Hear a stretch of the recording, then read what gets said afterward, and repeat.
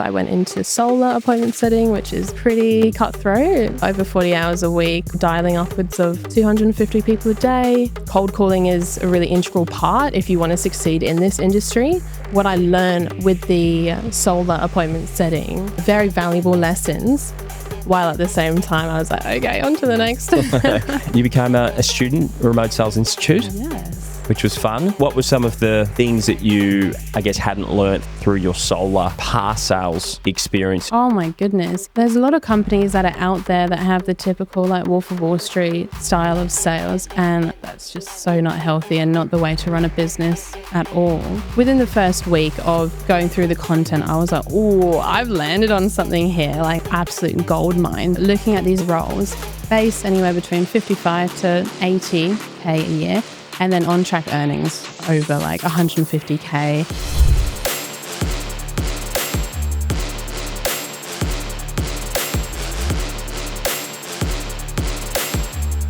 Abigail Jones, welcome to the Remote Sales Podcast. Thank you so much for having me. So good to be here. Well, nice of you to drive down the highway down to the southern Gold Coast. You're up in Robina. Yeah, that's right. It wasn't a big drive, but it's always good to visit this end of the coast. So nice.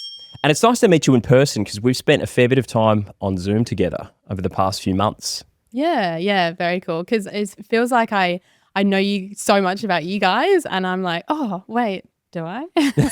Yeah, what don't I know? Yeah, you get to see the inside of our house as well, yes. The studio. Not many people get that.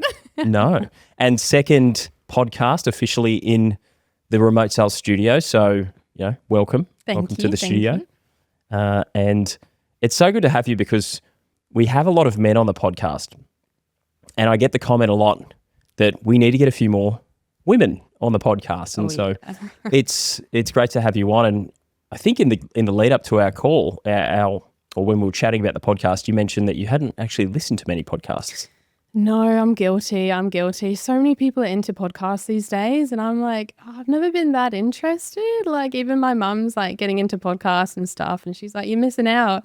I'm like, oh, okay. Anyway, but I'll probably get into them after this. Well, at least you can, you've got one you can listen to. So one potty, yeah. Which will be this one. Absolutely, definitely. Well, let's start from the start. You're in remote sales. Maybe for people who are listening, can you give them some insights into a little bit about who you are, what you're currently doing for work, and we'll start there and then we'll go back to the start of the story. For sure. So, my name's Abby. I'm based on the Gold Coast, currently working an appointment setting role, remote, full-time now. Started off as doing it part-time with the intention to move full-time after I hit some really good targets and that kind of thing. So it's been a really, really cool journey. So I work for this lovely lady who she helps business owners with a personal branding strategy on LinkedIn to generate them leads and pop off their business basically. So going in, it was really important to me that I believed in the product or service someone like my future employer was selling. And so sometimes it's hard to find that, but I found that. So really happy with them. And we worked together for a few months. And I remember the journey that you had sort of finding your role, and you were going for your A grade, you were going for your dream offer, and you had a lot of offers that came your way. So you're quite picky. So the role that you're in right now, and I know since we've chatted, it's your dream role. You love it. Yeah, for sure. I do definitely love it. I was very picky, like you said. I was applying to so many different roles. Whenever, for example, on Seek or LinkedIn, if it at all said cold calling, I was like, nah, on to the next. I've done plenty of cold calling. It's not for everyone. I think you need to do cold calling to get into this industry to become successful. It's definitely a stepping stone you need to do. I was probably pretty cocky in that sense because I had done a little bit, but ideally it's nice to go into a role without cold calling. So let's say it's lukewarm calling that I do right now. But really enjoying it. I did so many interviews, but landed on a good one. And that's the essence of high ticket sales is the inbound sales process. You're not always dealing with warm and hot and sort of qualified leads, but you are dealing with leads that have somehow or somewhere along the line they've raised their hand, so they're not, opening up the phone the yellow pages and calling the first number and seeing if they want your help. Yeah. Let's start with your early career. What were you doing prior to getting into remote sales? What was I doing? I was selling the infamous composting toilets. You must remember me going on and on about selling toilets. I do. Prior to that, I was in Famous. vet nursing and the animal care industry. That was a bit depressing, so I was like, nah, see you later. But yeah, was in animal care, then did my snowboarding instructing in Canada, got an admin sales role selling composting toilets. And then after that, I had gained quite a good basis of knowledge in that role, and I still hold the people that work there quite close to my heart. But at the same time, I was eager for what's next. I was like, surely composting toilets isn't the be all and end all right here. But after I resigned from that admin/sales role for the that toilet company, I was kind of in and out of a few appointment setting roles. I went into solar appointment setting, which is pretty cutthroat, pretty hectic. Pretty high volume. Yeah, over 40 hours a week with the non-stop calling. Is that with a dialer system where you've got... Not like an auto dialer, okay, but pretty close. So dialing upwards of 250 people a day. And like I mentioned previously, I think cold calling is a really integral part if you want to succeed in this industry. So what I learned with the solar appointment setting, like very valuable lessons, while at the same time I was like, okay, on to the next. And that explains why you were just not prepared to get into another cold calling role when you were searching. Yeah, absolutely. And you had your preferences, but you'd done your time, but you recognised that it sort of gave you some skills and gave you some experience, which has helped you now. Yeah, definitely. And so you went into remote. Was it a remote solar appointment setting, or was it more you're in an office? How did that I was in an work? office. So it was based in Burleigh Heads on the Gold Coast, actually. So it was, just an office. So working from 8 a.m. till 5:30 p.m., half an hour break. So big days. 5 days a week, obviously. Cubicle? No, not cubicle. I was very blessed. I've seen the cubicles. They're like the movies. They're not fun. I mean, I haven't worked in one myself, but I've looked at them. There's what depression's about. Oh, yeah, that's it. You sit down at your cubicle and you don't leave. You make your 150, 200 dials. Yeah. So I was with a pretty good team, and we would socialize in between, have a good chat in between calls and that kind of thing. But yeah, working in an office. Then they moved to a different office, which was like a basement. So we were. So no sun. No sun. No natural no light. Windows. You walk into the office and you're like, okay, time to go downstairs. Well, I worked, just as a side note, one of my first jobs when I was living in Tasmania as a kid, I think I was 16. Mm-hmm. I was in an abattoir because in where I lived, where I grew up, very sort of small town, the northwest coast of Tasmania, one of the main industries there is dairy, but also beef farming, and they've got quite a well-known abattoir there. And so I went down there, got a job, was going to earn some cash.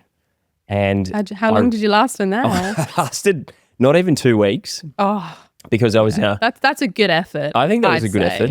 I'm pretty happy. I'm pretty happy with myself there. I mean, happy that I stuck it out, and I'm also happy that I called it quits when I did. So similar. Get to work. It was one of those clock in. You had your punch card. I remember having some sort of a punch card, so they knew what time you were getting there, what time you were leaving. Mm-hmm. And I was in the offal room, which is where all the tongues, the livers, the hearts, everything, you're sorting that. But it was just it was like a freezer, and there was no windows, no daylight, and it was you'd sort of clock in. I don't reckon my experience compares to that. But yeah, I mean it sounds similar. It sounds similar to the basement, but that was the thing for me. I was totally cool to we had to brand the tongues, these big beef tongues. And I was totally cool with that, but I just hated... Did you disassociate? Did you you obviously knew it was a tongue, but when you're doing your surprisingly long. It's okay. It's crazy how long a cow tongue is.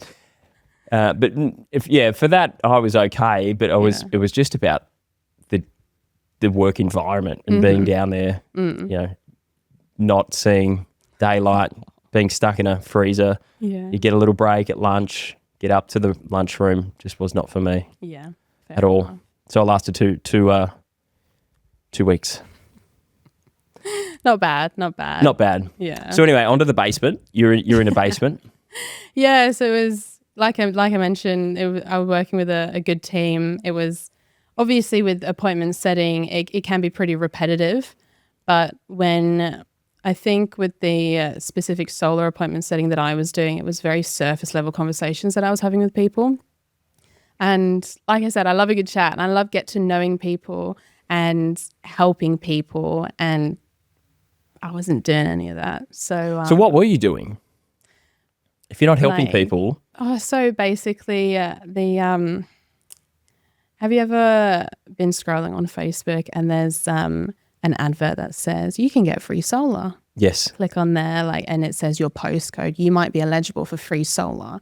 You click on it, you put your details in. They don't know I'm going to call, but I'm going to call them and they're like, yo, what's happening here? So it's technically not free solar, but basically if they are interested enough in solar, then we've got an on-the-ground team to send out to their house and they're like a closer, let's say. Got it. So they've got equipment with them to show them how many solar panels would fit on their house and that kind of thing. Bring them a price, try and bring it down. I've been through it myself. Lower. We had it here. We had the whole works. We ended up buying solar, but similar. Yeah. Similar. So I was setting those appointments for them. Got it. Yeah, it's different, isn't it? So that's way more. People haven't inquired. It is an opt-in, but you're going into an office. You're reaching out. What sort of a hit rate would you get on those leads? Oh my goodness. So let's say $250 a day. I would probably set in between 5 and 9 appointments a day. Got it. And maybe 1 a week would sell. And then after that, there's a long process between them signing the contracts and getting a sale to when the solar panels are installed. And it can be like upwards of 2 months.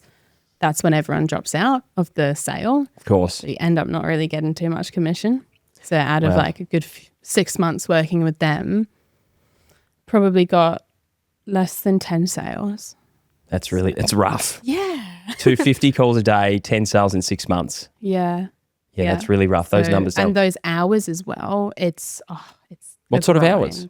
Like from 8 a.m. till 5:30 p.m. with a small break. I don't know if it's legal, but long weeks. And yes, you learn some good skills, but at the end of the day, I was like, okay, maybe something is going to come. Something's got to be out of there. So for you, what were the top 3 things what was the one thing that you really liked? And then what are the 3 things that you were like, I'm done and I want to change? The one thing I liked, honestly, the people that I worked with, it's obviously really important. If you work in any kind of team environment, whether it be office or on the road or whatever, the people that you work with sometimes dictate if you like your role or not. And so they were cool. They were really cool. They were to help you out with if you wanted advice on anything. Did you say the 3 things that I didn't like? Then the 3 things. You can pick one if you like. You probably won't struggle to get 3 though. I didn't like the rejection, obviously, people calling you all the names under the sun. However, that was important that I got that. And it's important with anyone in appointment setting to eat rejection for breakfast, let's say. So do you feel like what doesn't kill you makes you stronger? Yeah, definitely. Because you end up like killing them with kindness. And that's a skill. Yeah, it is a skill. And I went through a period of it getting to me, obviously, like anyone would who is new to getting rejected so many times over and over again, to just say, oh yeah, no worries. Like, it was lovely to chat with you. I hope you have an amazing rest of your day. Meanwhile, they're still swearing at you over the phone. End the call, and you talk to your mate and it's like, oh, that person was so lovely. Yeah, that's a skill. That's something you have to be sharp. That's a skill that has to be ingrained in, and Yeah. you know, for it not to get to you. Yeah. It took a while. 'Cause if you got for it not to get triggered, to me. Yeah, that's gonna and get you don't you. want to be like giving it back to them over the phone. Like with any role, or even if you have your own business, you can't be doing that. It's just not professional. So you might have I might have had a few little rants to my boyfriend when I got home, but I didn't let it like affect me professionally. That's really impressive. Okay, cool. So number 1, abuse over the phone. Yeah. Yep, cool. What was the second?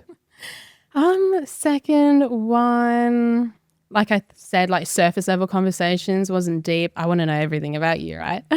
But I'm not going to ask those questions because I've got a job to do and I've got an appointment to set. Very, very surface level. So it was more of a pitch, was it? Yeah, oh yeah, definitely. So it was more call up, not many questions. Oh, no, not at all. So call up, hey, you clicked on this, don't remember that. Oh, that doesn't matter, whatever. Do you have solar? No. Yes. Okay, well, you must be interested in what we've got to offer. Like, and then you go for it, right? Show up and throw up. Yeah. Just get the full pitch. Love Absolutely. it. Cool. And in terms of commute, remote, I know that one of the reasons you wanted to jump into remote sales was the flexibility and being location free.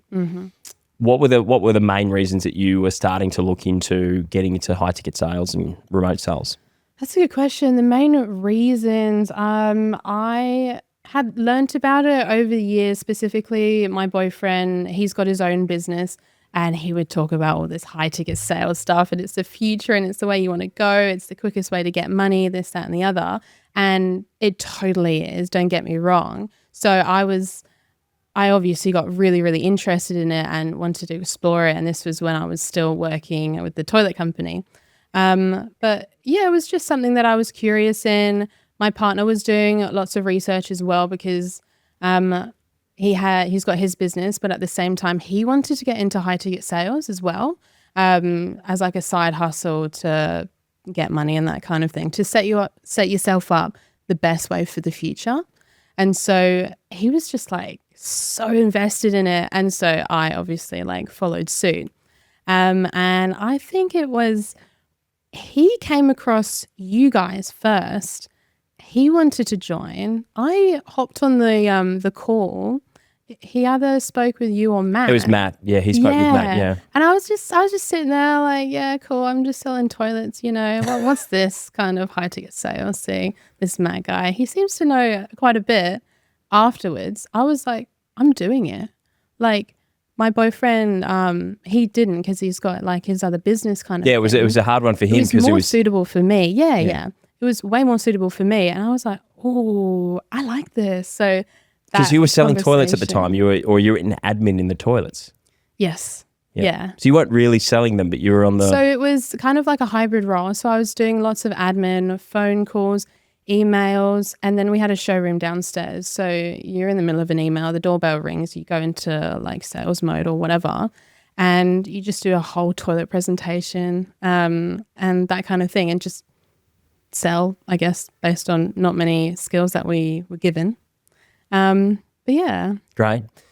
So you were looking for a change. You weren't really, crying yourself to sleep at night going, I hate my work. So it wasn't the third. It was really opportunistic. You were there with your partner, Ryan, and thought, wow. Yeah, it was just like perfect timing, because I was like, oh, like surely there's more to this world. And and then you jumped in. You became a student, a Remote Sales Institute. Yes. Which was fun. And I remember seeing you almost every session there on your computer and ready to show up for calls, ask questions, spar. What were some of the things that you, I guess, hadn't learnt through your solar, and past sales experience and career that you had to learn? Everything. Oh my goodness. It was, I knew I had a lot to learn, and there's a lot of companies that are out there that have the typical like Wolf of Wall Street style of sales, and that's just so not healthy and not the way to run a business at all, in my personal opinion. But oh my God, yeah, like within the first week of going to the calls and going through the content, I was like, oh, I've landed on something here, like an absolute gold mine. So I can't even answer that question with a few things because it's I can't name all of them because there's so many skills that I learned with you guys. That's great. I mean, yeah, and having worked in sales, that obviously holds you in good stead for it. But like a lot of people who've worked in sales, not you might have been a couple of years, a year or so. Mm-hmm. We get people who've been in sales for 20 plus years who feel like they're starting again. Yeah, it's really interesting. Yeah, which is interesting because a lot of people don't get formally educated, but they've been selling, so they've got the gift of the gab, and they're quite great with people. They've got good EQ, so they have self-awareness, but it's learning a strategy. It's learning this. It's really sharpening the skills, getting in those environments. The role play sessions, which everyone finds hard at the start, and over time they start to look forward to them. Yeah, I would probably say like you said, I attended so many of the calls. I didn't attend many of the sparring sessions. I was absolutely petrified. And you pushed me. You were like, Abby, are you waking up earlier tomorrow? And I was like, that's right. Yes, I remember. I will. I remember I put you on the spot. Yeah, you did. And I really needed that. And something I definitely regret is not going to more of those. And I would say to anyone like with RSI now or who are looking at coming in with you guys soon, just make the most of it, because honestly, you guys share so many resources and have so much knowledge about that kind of thing. It's so important to put yourself in uncomfortable situations, because you don't grow when you're comfortable. You grow when you're uncomfortable. And through my short life that I've lived already, like some of the most important decisions that I've made have been when I am so uncomfortable, stressed, scared, and I look back and I'm like, oh my goodness, thank God I made those decisions, because I'm better off as a person now. You almost never regret those decisions, and I guess the decision to do something which you're putting off, or that you're procrastinating on. Absolutely. And normally that's the sign that's the thing that you need to do. Oh yeah, isn't it? And I think for a lot of salespeople, a lot of people who I speak to in business, who are in sales, I speak to them and they tell me that they're not good at sales. Mostly business owners. I actually spoke at a fitness event, a fitness conference, a fitness business owners conference, and I had a few people come up to me and sort of mention, I'm not great at sales. It's not my thing. And so I asked them, how much have you practiced? Mm-hmm. I mean, how many hours a week are you practicing? And so, of course, it's 0. Yeah. And how much have you practiced over your career? Mm-hmm. Or is it just that you've sat in front of a prospect and maybe read a script and you felt a bit awkward? But 9 times, 9.9 times out of 10, anyone who says they're not good at sales, it's just because they've never practiced. They've never focused on it. They're too scared to as well. Exactly. Yeah. Great. So getting in, you, as we said before, the big goal for you was to get into remote sales. It felt like it was a great fit. You threw yourself mostly into the program, with the exception of some of the sparring.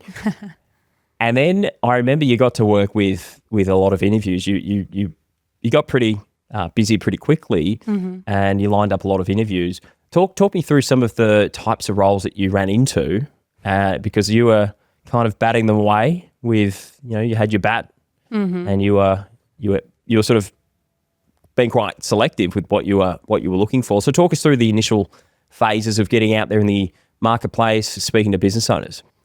Yeah, so most of 9 times out of 10, the roles that I was applying for was sales development representative roles, where it would have some kind of calling environment, possibly lead generation and that kind of thing as well. It would always say high volume of calls during your day-to-day kind of thing, and career progression, career development for me was super, super important, because I'm not going to waste my time with an employer where it's just, I'm going to work every day, I'm doing my job, doesn't matter how good I am at it. If it's a one-stop shop, if that's all that they can offer me, see you later. So career development was really, really important. I made that super clear in all the interviews. So after applying to a few roles already, I got quite a few interviews lined up, and I actually quit my role December last year. Yeah, so I quit that role December last year, and I was unemployed from the whole of December to the end of January. So I was doing these interviews like so many, like every day almost, and applying like I've never applied to before because I didn't want to settle for anything. So you wanted to select from an abundant pool of opportunity. Yeah, and with sales, usually there is a high turnover of workers. Like appointment setting, it's not for everyone, right? So there's plenty of jobs out there, and it's really important to know where to look. And you guys obviously helped a lot with that. And I was also getting people contact me through my LinkedIn and saying, "Hey, like, are you looking for a role?" And I'm like, matter of fact, I am. Funny and that's that's how I landed my current role as well. She found me on LinkedIn. So power of LinkedIn, don't underestimate it. Don't sleep on LinkedIn. Yeah, absolutely. No, and it's just the same story we hear over and over again with our students. And when you mix that preparation with opportunity, or you've got to be prepared. Your LinkedIn has to be dialed in, and you have to have the skill set to actually make it through those interview phases, and land the role. But that is often where a lot of the magic happens. Absolutely.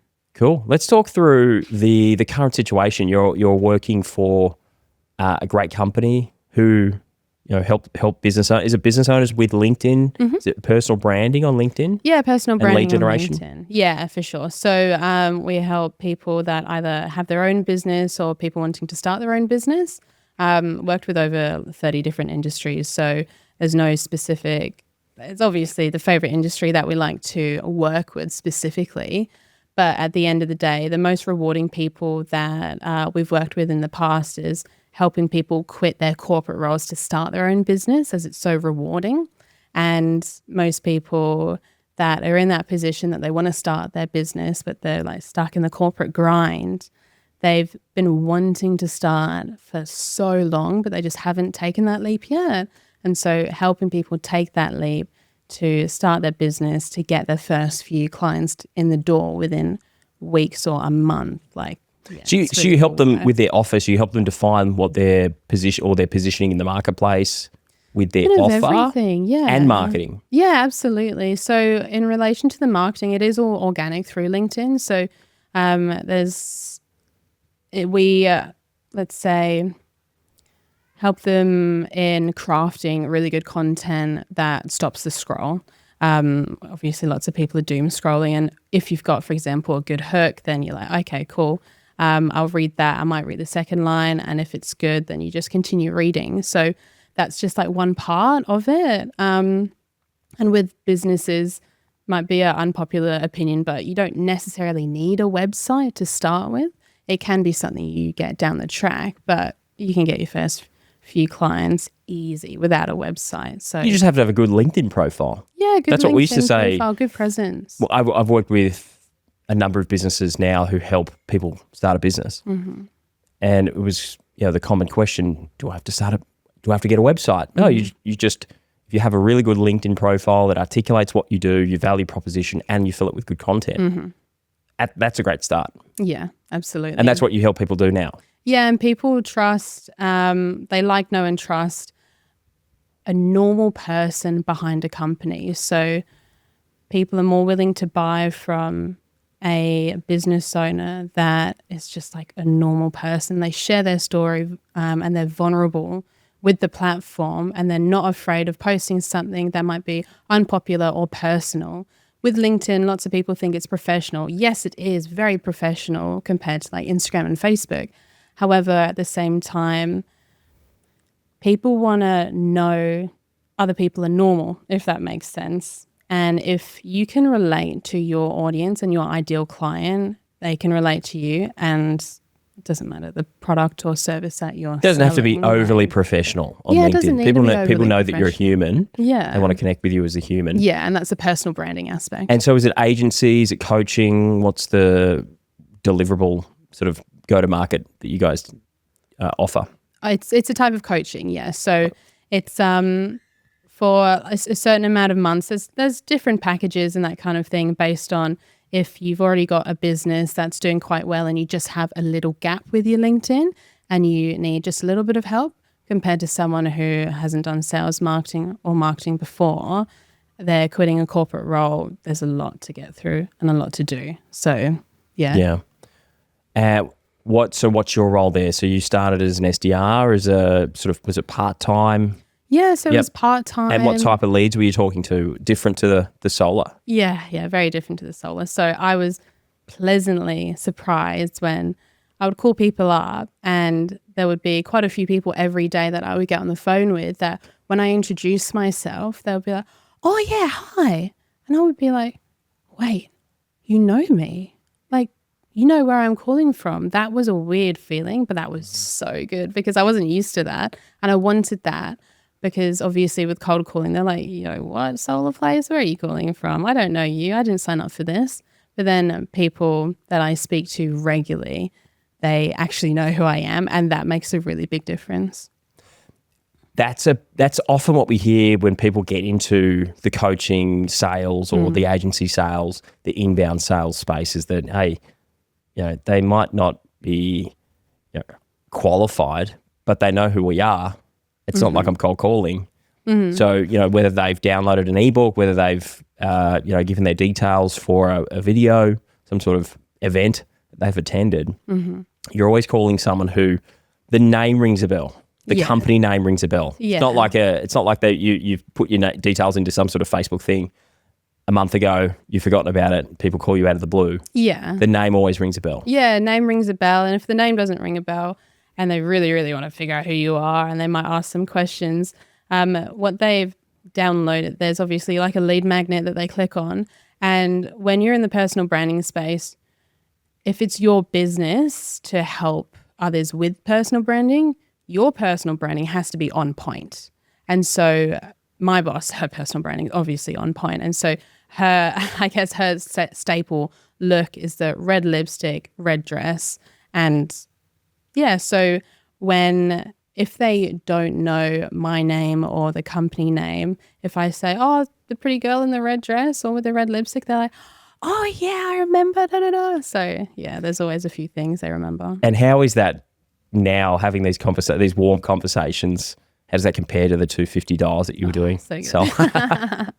Yeah, it's really good. It's definitely a breath of fresh air. And for people who aren't familiar with an appointment setter role in this space, what is the goal of the appointment setter? What are some of the typical tasks that you'll go through? What are the types of calls that you will make? The goal of an appointment setter is to be calling these leads to qualify them. You've got a product or service that you're selling.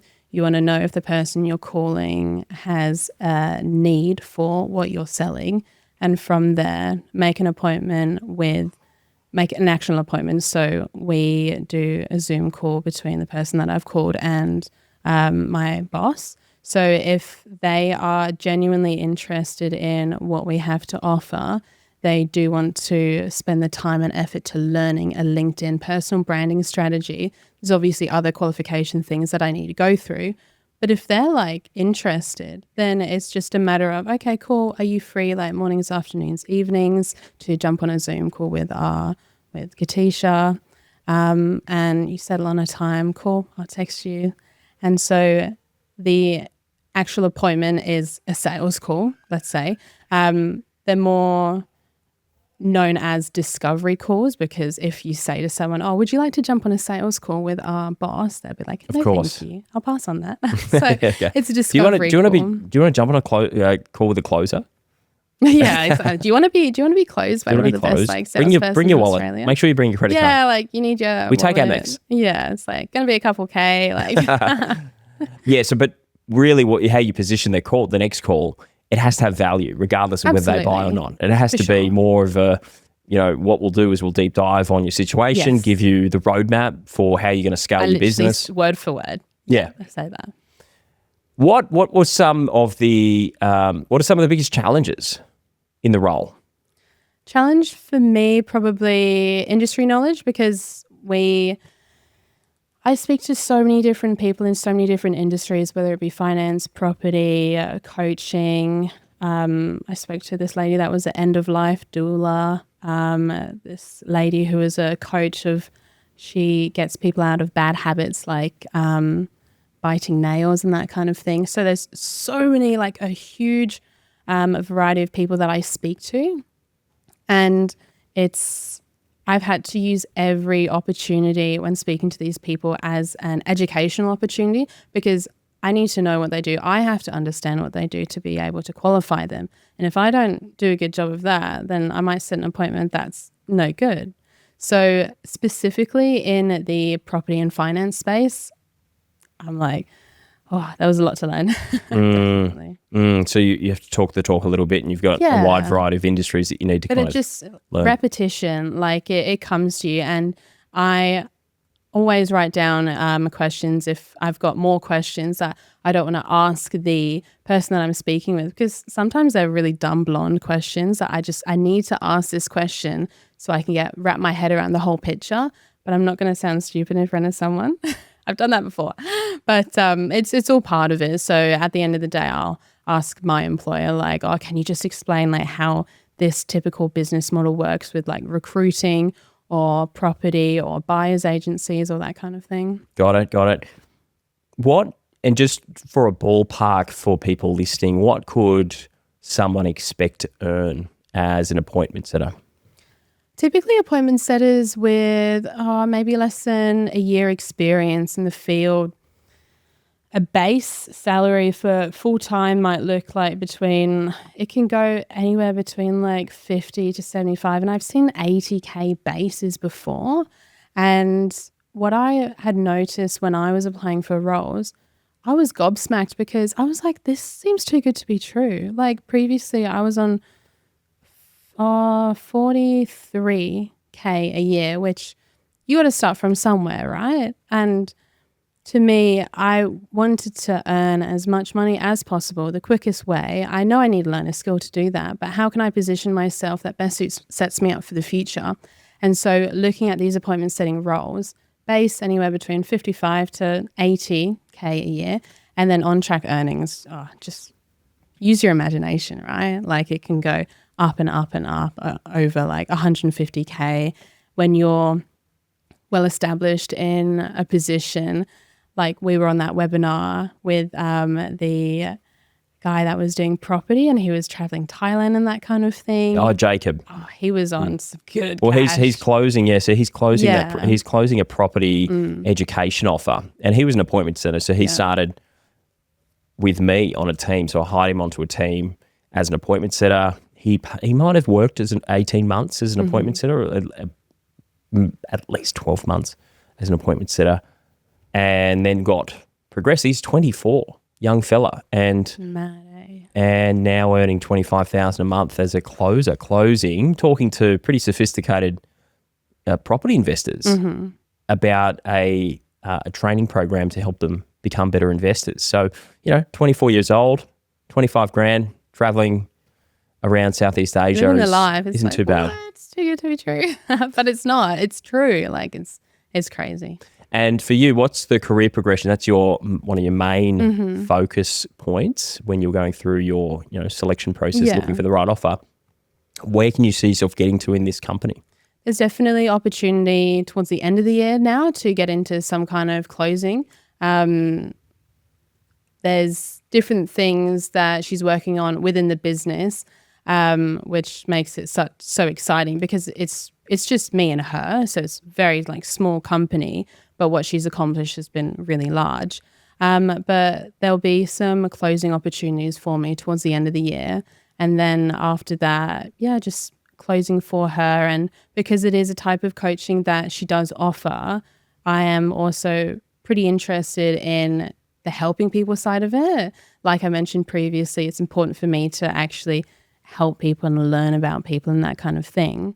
And so we've got coaching calls like a couple weekly, and being able to, I already take part in those conversations and ask questions to the people in the program to get them to think deeper about what they're currently doing. So just more of that and closing. What plans do you have for location? Are you planning to stay on the Gold Coast? Bali is looking good, hey? Like Bali was from the get-go, Bali was the dream to go over there and do closing like so many other people want to do. I do definitely still see that happening. However, at the same time, my partner and I do want to live in a lot of other places. So it could mean moving to the sunny coast or closer to Coolangatta and Kira. We'll do Bali at some point. Definitely, we do want to. You can always do the holidays in Bali. That's the thing, without taking a holiday break. Yeah, and we're going to do that in a couple months as well. We're sitting on a few plans of flights and stuff. So it's just a matter of when, but we'll definitely go this year. There's a lot to think about when we're over there. Yeah, because Queensland is not the worst place in the world to live. Oh, it's definitely. It's really. It's very blessed to live. It's as good as those destinations, and sometimes the destinations, the overseas destinations, they're good in theory. Yeah, but they're not perfect. That's what we found, because I went to Canada to do a snow season there to do snowboard instructing. Everyone that I talked to, you're going to have the best time ever. I was really passionate about snowboarding, done it for over 10 years. So it's always something that I wanted to do. Went over there, totally different story. It was an amazing experience, don't get me wrong. I knew it was going to get cold over there. I didn't know that cold. And so when you're working on the slopes in negative 30 degrees and you look over to your mate and they're going through hypothermia, you're like, I think I want to go inside. I want to go back to the Gold Coast. I want to hug my mum. I want to get back on the beach. Yeah, so yeah, because people often, think that becoming a remote worker and having the freedom to work from anywhere means that you should go and live in Bali, Thailand, and there's so many benefits of doing that, but also there's a lot to love about Australia, and there's so much to get from just being grounded in your space, set yourself up in a great spot within Australia, and be able to work from home. We've got kids. We've got one kid, and we've got one on the way. So having the flexibility or the freedom to work from home and see her at lunchtime, go for walks during the day. Absolutely. Spend time with her. Just moments during the day that people don't get when they're going and spending the 9 to 5 in the office. So there's so much so many benefits to that. Yeah. And I think living in the Gold Coast where we live, it's hard to leave. It is. It really is. Gold Coast is definitely home, like long term home. Was lucky to move over to the Gold Coast from England, where I was born. So growing up on the Gold Coast has been great. I've lived in Melbourne for a couple of years during COVID, which was definitely something else. Made me even more appreciative of the Gold Coast. You'd still have, flashbacks, nightmares about being locked down. Yeah, it was definitely a crazy, interesting time. But at the end of the day, moving to Melbourne was a really, really big, stressful decision. And like I said previously, you grow so much when you make these big, stressful decisions. I do not regret going down there, even though it was because I was wanting to live with my previous partner at the time. That didn't work out. It doesn't matter. I met so many amazing people. I kickstarted my career in animal caring, and it was amazing, let alone the lockdowns, all 8 over a year and a half. Oh, my God. Yeah, I mean, I think the most in the world. Oh, yeah, it was the most lockdown country in the world. Not a great time to be in Melbourne, so you didn't time it very well. Nah. But yeah, things have worked out well for you. You're on a great trajectory. What are the goals in the next couple of years? Is it really just about continuing to learn, grow, earn? What are your main focus points? Definitely learn, grow, earn. You got it. So, yeah, within the next 5 years, definitely live in a different country, at least one different country for a period of time. Maybe not 6 months like Canada, because that was crazy. Just it's so important to expand your knowledge base, because you learn so many different lessons from so many different people that you speak with and you learn from. You can never stop learning. And some people that I speak with over the phone who are business owners, they have an ego and their business isn't doing well, and they don't want to admit it, and they haven't gone to get external help. It's like, okay, well, unfortunately, if you don't want help, we can't help you. I'm not going to like sell to someone who doesn't want my help. So it's just with my future, it's so important to be continuously learning. Yeah, for sure. Well, I'm super proud of your results and the way that you've, what you've achieved, and just being happy in what you do, and being so, I can just feel it from you. You're so happy in the role that you're in. You love what you do. It lights you up, and that's something that not many people can say that is the case for them. So that's a huge achievement, and I can just see your trajectories. It's the limitless options for you. Yeah. So thanks for jumping on today. And where can people find you if they want to connect with you? LinkedIn. What is your LinkedIn handle, or Instagram? What's the best place? LinkedIn, probably. On LinkedIn, it's Abigail Jones. There's probably so many Abigail Joneses, so you can filter your search to the Gold Coast. But I've got a red banner and personal branding. Yeah, personal branding. So it's all done up nicely on my LinkedIn, looking nice and professional. So if you come across the Abigail Jones that's a bit bare on LinkedIn, it's not me. Trust me. I've set up nice, so please connect on LinkedIn. It's a dialed-in profile. Before we go, 1 or 2 tips for anyone who was in your position, not really happy with what they were doing, considering doing something like this, getting into remote sales. What's a tip that you could give them? 1 or 2 tips, one or 2 pieces of advice. It sounds cringy, but just do it. Like like I've said about 5 times already, like the decisions that I've made when I've been uncertain, I haven't been that stoked with my current position. When I make a decision in that state, it's always a justified decision. I always make sure I do my research on everything before I invest money in something. But you have to invest money in yourself to be successful in this world. With this growing economy, cost of living, this, that, and the other, everything is getting so much more expensive. So if you genuinely want to better yourself for the future and make sure you put yourself first, dive into these kinds of things. So you've got no regrets investing quite a chunk of cash not. in yourself? Absolutely not. Was that the most you've invested in yourself? Yep. Yep. Yeah, it was. And like over the years, I've invested myself in a few different things, and previously one didn't work out, but I don't regret it either, because I learned so many things from that.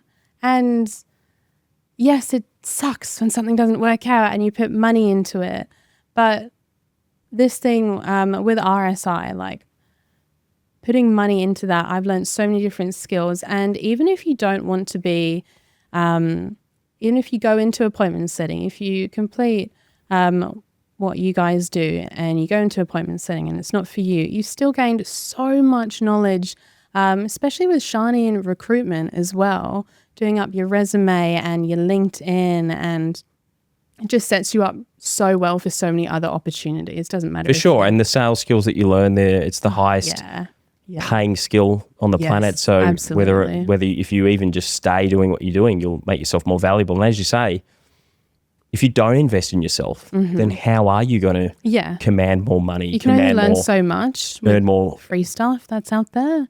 And employers and stuff, they can take you under their wing. But like, yes, I've gone far in previous roles where I've had a great employer that's taken me under their wing, but it doesn't compare to actually paying money. Like, nothing's free in this world. If you're going through a focused process to get a specific result and an outcome, there's just no better way than investing in yourself, because as you know now, you're on the phone to people, asking those people to invest in themselves and their business. It's really hard if you haven't walked the walk yourself. Yeah. So it's a bit of a rite of passage. Abigail, so good to have you on. You spoke so well today. I appreciate it. It's been great to go on the journey of your story, and looking forward to the future. Yeah. Thank you so much for having me. It was fun. Awesome. And if you are not subscribed to the YouTube channel, make sure you hit the subscribe button and look us up if you want to find out a bit more about Remote Sales Institute. Hit me up, Kris Cochrane on Instagram, Kris Cochrane. or just look up remotesalesinstitute.com. It's been fun, and I'll see you next time.